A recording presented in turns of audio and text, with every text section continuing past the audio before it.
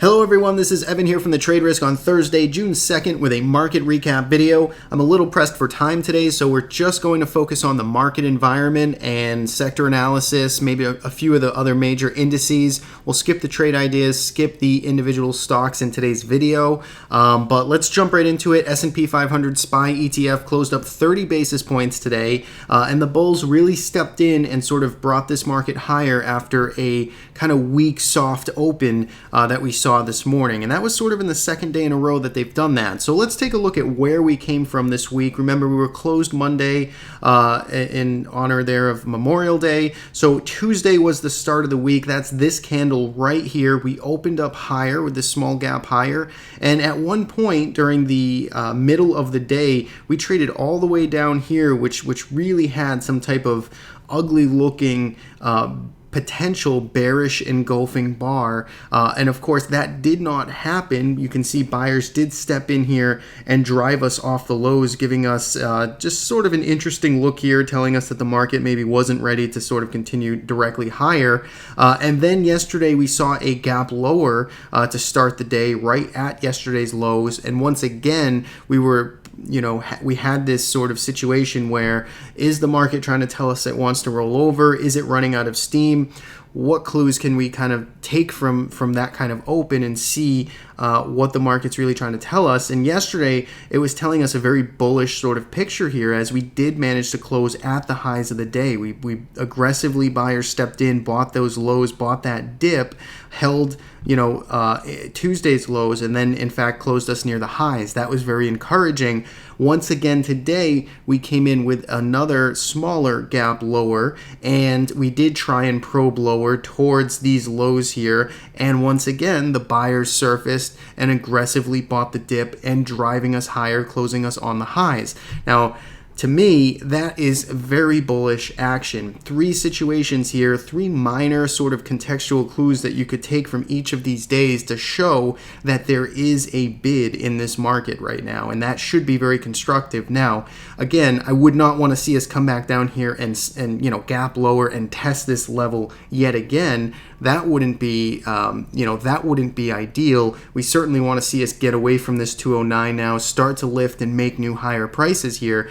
That is certainly the bull case. That's the bull ideal case heading into tomorrow, into the end of the week. But for now, we're holding higher prices. The 8 and 20 are rising. You can see momentum is actually kind of gaining steam here as this extends away from the 20 period. The 8 is extending away from the 20 period. That's constructive. We took out and closed above the April highs here.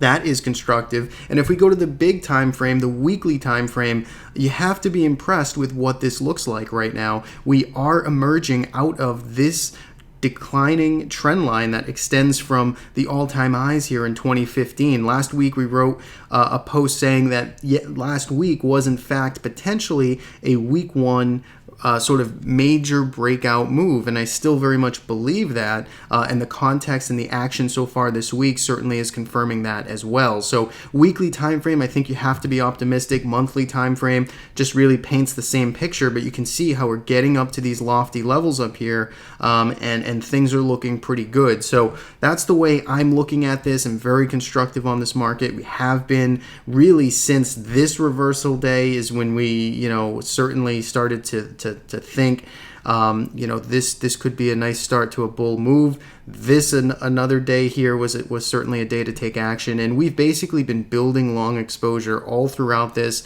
and moving in and out of names. It's worked out really well so far, and we're going to stick with it as this momentum continues in the bull's favor. Now, if we look at the IWM, it's very similar here, and look how we've really pulled away from the April highs here. So you can see again, small caps, that risk appetite still on the table. IWM out in front leading us. That's what you want to see. Now in the bigger picture, we're not anywhere near all-time highs, as we had a much larger pull-off of the 2015 highs here in the Russell. But you can see we are making new year-to-date highs, and it looks like we're sort of beelining here for potentially this 120 level, which is a pretty significant level. We topped out here in 2014 twice, had some resistance here, topped out here again, kind of retraced up here in 2015. So this 120 level, which is probably going to be like a 61.8 retracement, maybe not, but it's, there's a lot of probably technical significance and confluence here right around this 120 level. I'd keep that on watch. Maybe that's where this is beelining to. Again,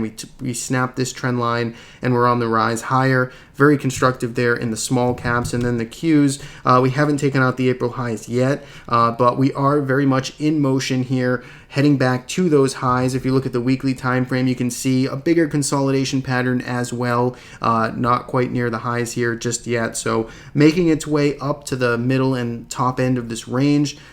Has participation. We want to see the Qs, the IWM. We want to see these all start to work together. That's what's going to really support and give us confidence in the breadth and the support of this market if we're going to start to make new all-time highs and trend. Now, if we look at some of the other major markets real quick, TLT, go back to a daily time frame, catching a bid again. Remember, we were short this. We got short this in here near these highs, and we covered everything into this range here. We finally exited the remainder of the position here on Tuesday as we gapped lower, right? Looked really good on the open. Thought we would finally get that rollover to the lower end here, to the lower end of this range, but instead we got the exact opposite. We got a complete gap fill, close on the highs. That was signal for us to just get out of the rest of this position. So we did lock in, a nice little profit here. We didn't get to our ultimate objective, but ultimately you have to take what the market's going to give you. You can't stay stubborn looking for this and demand this and not pay attention to what the market was telling you. So we got out of this position. It was a nice little win. We're moving on. Right now it looks like we're heading back to the high at the top end of this range here. If we can start to break through 132, maybe we'll become buyers on that. But for now, it's kind of a sit and wait, see how TLT performs in the near term. Gold is at the lower end here, right at this 115 level, looking pretty vulnerable, but yet it's still holding on here. Let's see how gold reacts off of this level, if it can start to move out of this range that it's carved out now for 4 days. Keep a close eye on that. Silver, similar situation. It's been retracing, been falling lower here as, of course, UUP, US dollar, has been building strength. So the metals has been under pressure right now. Let's see how they react. We had a nice little kind of a hammer-ish looking candle here yesterday. Let's see if it can start to pull off and hold this level around $15. We'll go to USO. Oil, of course, we had news out, OPEC meeting today. I don't think anything really changed, yet the market didn't sell off like everybody kind of wants it to or expects it to or thinks it should. We're still long USO. We are long less of it than we were. We took a little bit off the table for a small gain, but we still are continuing to hold in here. I think if we lost, 1150 definitively, we would be out of this trade, but for now, we're going to stick with it. We're still with our USO long position. UNG had a real explosive move here the past few days. We are long UNG once again. We've been hammering this $7 level, this trend line that's extended lower for probably months at this point. So, take a look at some of the previous videos we've put out. We've been looking at this level for quite a while. We've tried to play this breakout a few times. I think 3 times where we've actually got burned on UNG, but I think they say 4th time is a charm. So we'll see. But we're long UNG, looking for higher prices. It's extended right now for sure, but I really like this breakout here, and I like the urgency behind this type of move. So we'll have to see if it can actually hold above $7 is what you want to see.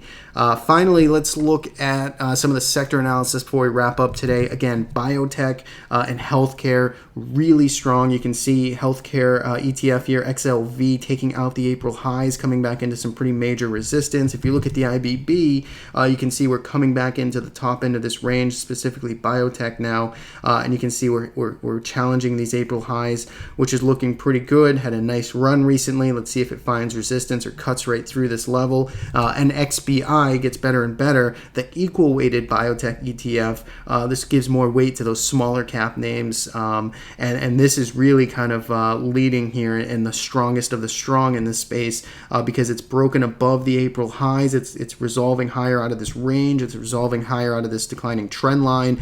XBI certainly has a lot of strength behind it, so looks very encouraging there. Utilities actually getting a little bit of a bid here. It kind of goes in line with the TLT move that we saw higher with yields falling.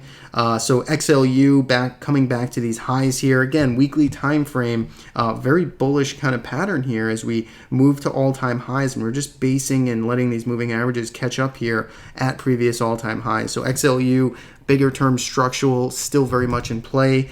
XLF financials doing well. There's a lot that's working here. Technology, which is kind of what we covered in the Qs earlier. So there's a lot of things to like in this market. I think that's what's supportive. That's what's encouraging, that we do have broad-based support here. So let's see how we close out the week. I hope this video helps. A little bit shorter than usual, but check back. I'll have a weekend video out in a couple of days. So I hope everybody enjoyed. Thank you for watching. I'll catch you guys next time.